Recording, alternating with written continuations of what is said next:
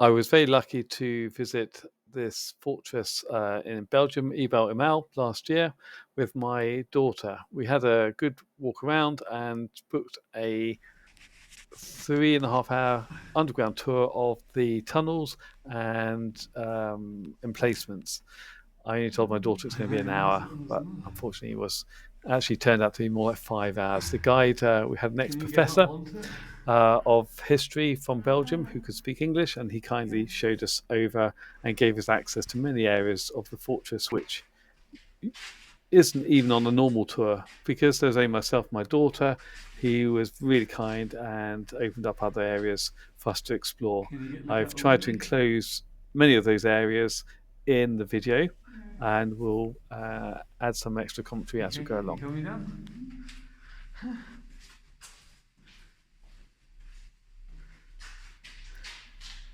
On the map, we're now entering the northern part of the fortress, which overlooks the canal and which contains anti-tank guns and machine guns plus searchlights.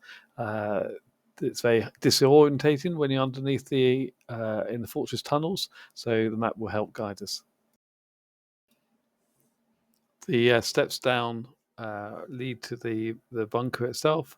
The whole fortress is built into the side of the hill, so many of the tunnels slope downwards, which is I wasn't expecting.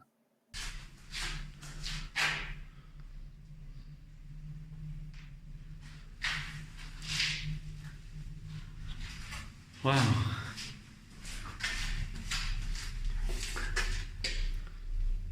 We have a really unusual emergency exit from the fortress. Like most bunkers, they will have some form of emergency exit. Germans will tend to do some beams, brickwork, sand with an exit, but this one has, as a guide explains, an external rendered wall, which makes it impossible to even see from the outside, plus the internal bits. It's quite special. In front of me is an escape hatch, Yeah. and almost nobody knows about this, because on the outside you won't find a crack in the concrete.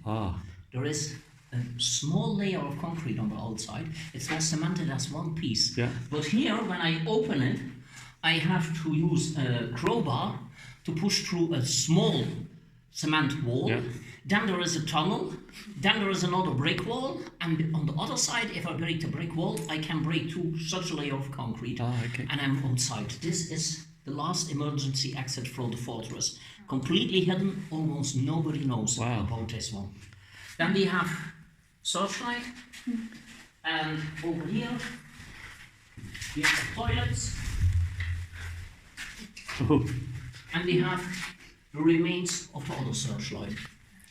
And this is turned to the inside, because normally the searchlight would have turned to the outside. Yeah. When it would have turned to the outside, we would have been able to see daylight. So that's why I know we are on the inside unit here. Wow. Oh, right, so all this is, so you have the urinals and then the cubicle. Yep. Oh, wow. And other emplacement. Be careful for the little metal. Yes, whip.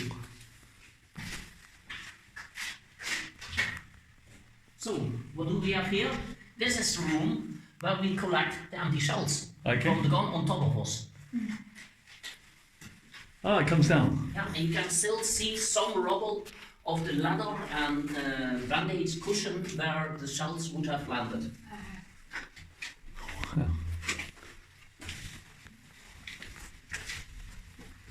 And here we have the other searchlight, and you can see it is turned to the inside because you can see the fitting for the lamp on this side.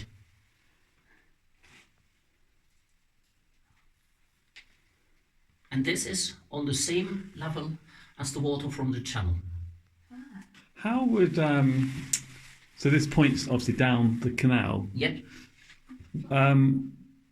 Would the gunners talk to who was using the searchlight to help manoeuvre it, do you think? Or would it just fix? What you tell talk. Somebody had to come down or had to go up for instructions, because we can swivel it a little bit to the sides. Okay.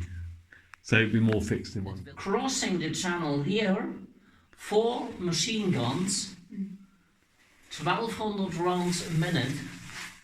So almost 5,000 bullets are flying towards you when you cross in a rubber dinghy.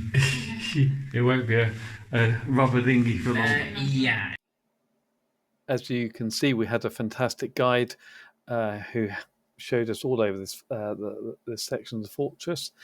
The attacking German paratroopers were awarded by Adolf Hitler the Knight's Cross of the Iron Cross, and were widely celebrated in Germany as heroes. The fortress had a number of firsts used against it, namely gliders and the shaped charges. Please like and subscribe. I hope to do more reports on this fortress and other ones shortly. Thank you.